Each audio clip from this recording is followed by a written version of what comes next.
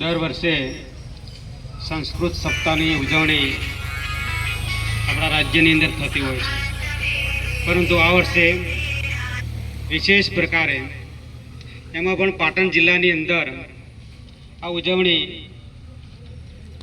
ઉમંગભેર અને એનો પડઘો આખા રાજ્ય અને દેશમાં પડે એ રીતે ઉજવવાનું નક્કી કરવામાં આવ્યું.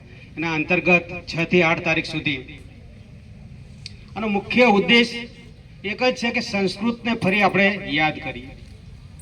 આપણે જાણીએ છીએ કે આદિ ભાષા સંસ્કૃત, એનામાંથી બીજી બધી ભાષાઓનું નિર્માણ થયેલું છે. દેવનાગરી લિપિની અંદર લખાયેલી સંસ્કૃત ભાષાને શીખવી પણ સરળ નથી. અને આ ભાષાનું મહત્વ ધીરે ધીરે આપણી સંસ્કૃતિને જે ઉજાગર કરતું એ થોડું ઓછું થવા લાગ્યું, જેના કારણે આ દિવસની ઉજવણીનું વિશેષ મહત્વ આપવામાં આવ્યું. આજે વ્યક્તિની જે મૂલ્ય છે એ વિદેશી ભાષાના આધારે થાય છે. અહીં કોઈક અંગ્રેજીમાં 4-5 સારા વાક્ય બોલે તો તાળીઓ પડે છે. પણ મિત્રો, અંગ્રેજી એક એવી લૂંટારોની ભાષા છે જેની અંદર 26 અક્ષરોની જ કમાલ છે. જ્યારે આપણી ભાષા સ્વર વ્યંજનથી સુસજ્જ, જેવી રીતે ભારતીય નારી પૂરા વસ્ત્રોની અંદર સુસજ્જ હોય, એમ સંસ્કૃત ભાષા, આપણી ભાષા સુસજ્જ ભાષા છે. અંગ્રેજીમાં તમે ખોટું વાક્ય બોલો તો ચાલે, એક શબ્દ બોલો તો ચાલે. આપણે ગુજરાતીમાં કહેવું હોય કે ભાઈ તમારો આભાર, અને અંગ્રેજીમાં થેન્ક યુ,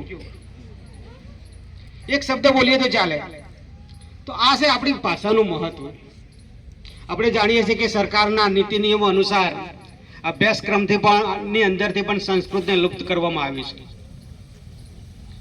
ફરીથી ઘર તરફનું પ્રયાણ, આ વાક્ય છે એ અનુસંધાને ચોક્કસ સંસ્કૃત તરફ આપણે ફરી પાછા વળીશું. કારણ કે સંસ્કૃત એક એવી ભાષા છે જેની અંદર આપણી સંસ્કૃતિ વણાયેલી છે. આપણા આદિ ગ્રંથો, વ્યાસમુનિએ જે રચનાઓ કરી, એ પછી વેદો હોય, એ બધા જ સાહિત્યો, રામાયણ, મહાભારત, બધા સંસ્કૃતમાં જ લખાયેલા છે. અને સંસ્કૃતની અંદર ઉચ્ચારણની પણ અમુક શૈલીઓ હોય છે જેની અંદર તોછડા શબ્દોને કોઈ સ્થાન નથી. લય સાથે એનું ઉચ્ચારણ થતું હોય છે. આ બધું આપણી આ ભાષાની અંદર છે અને એને આપણે ઉજાગર કરીએ, ફરી એને તાજું કરીએ, એ ઉદ્દેશથી જ આ કાર્યક્રમની ઉજવણી થાય છે.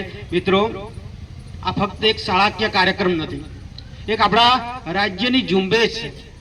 અને આ ઝુંબેશને સાર્થક કરો. આ કાર્યક્રમનો મુખ્ય ઉદ્દેશ શું છે કે તમારે વર્ગખંડની અંદર પણ સંસ્કૃત વાર્તાલાપ કરવો. પણ શરૂઆતમાં એ શક્ય નથી.